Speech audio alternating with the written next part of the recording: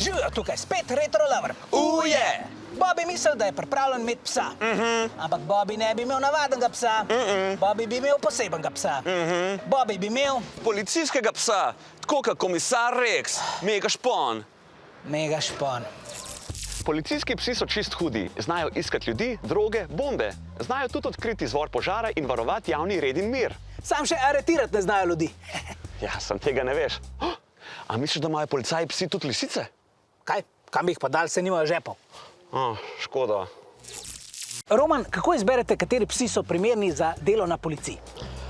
Za policijske pse so najbolj primerne delovne pasme, se pravi, to so nemški ovčarji, belgijski ovčarji, rottweilerji.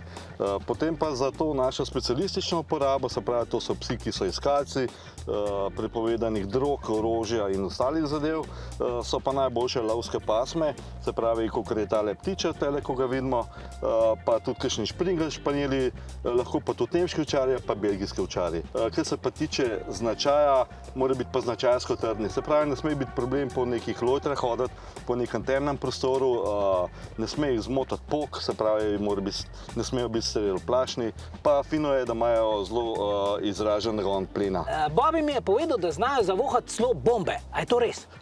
Dejansko so naučeni, oziroma izšolani v času svojega šolanja na vonjave eksploziva, tako da tudi najdejo neko eksplozivo, ki je skrito. Se pravi, ko on najde eksploziv, von eksploziva, lepo nedvoumno meni nakaže, jaz ga poklikam in zaključek tega iskanja je pa igrica. Se pravi, mi da v bistvu se igrava igrico skrivanja. Ti kužki sicer izgledajo prijazni, ampak a znajo tudi ugrizniti? Znajo grizen, tale sicer ne, ta je dejansko prijazen, imamo pa, se pravi, tako imenovane JRM pse, ki so pa dejansko naučeni, da ugriznejo, če je to potrebno. Lahko, se pravi, tudi lovijo te naše nepridiprave, lahko jih iščejo, v vsakem primeru, ko jih dobijo, pride do nekega boja med njimi. Se pravi, pes onemogoči nadaljnje bežanje oziroma delovanje nepridipravov. Mi je pa Bobby povedal, da jih tudi prodajate. V kakšnih primerih? Recimo, tale kuža je že precej star, 12 let je star in bi lahko nekdo, če bi hotel, tudi odkupil tega psa. V drugem primeru pa mlajše pse, ki nekako v fazi šolanja ne izdelajo tega šolanja, oziroma se izkaže, da niso primerni za nadaljnje šolanje, tako da tudi te kužke se potem proda. A mi sam prešepnete, koliko stanejo? Kaj? To je pa čist preveč zadaril. Bobby, greva! Silvester mi je rekel, da bo problem s policijskim psom, ker potem naj bodo skozi klicali, če bojo kakšne frke v bloku. Zato je predlagal, da dobim športnega psa, takega, ki se ukvarja z agilitijem. Maša, kaj sploh to agility? V bistvu je agility kinološka disciplina, kjer pes in pa vodnik skupaj premagujeta neko točno določeno zaporedje ovir.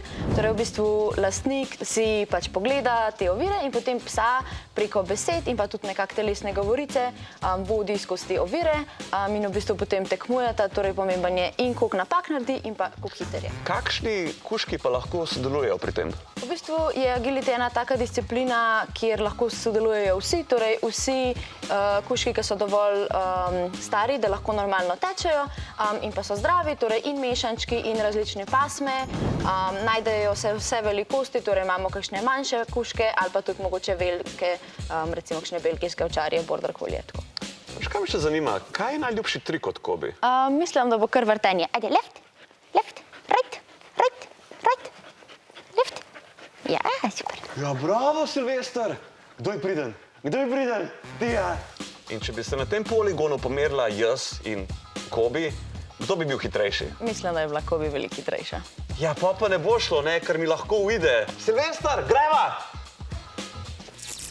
Na koncu se odločila, da kužka vseeno posvojiva iz zavetišča. Ampak bo še malo trajal. Ker moraš psa najprej obiskati v zavetišču, da se spoznata. Pa ga pelat na zmenk, a? Kaj? Neč, hecam se. Kaj še piše? Potem zavetišče presodi, če si primeren skrbnik za psa. Ja, to sva dokazala, da sva. In potem ti povejo, če kužek potrebuje kakšno posebno nastanitev in na koncu plačaš stroške posojnine. Okoli 50 evrov. Kot vidite, ni tok simpel. Ampak se splača. Sebi in psu boste polepšali življenje. Adio. Dajmo, Nipke.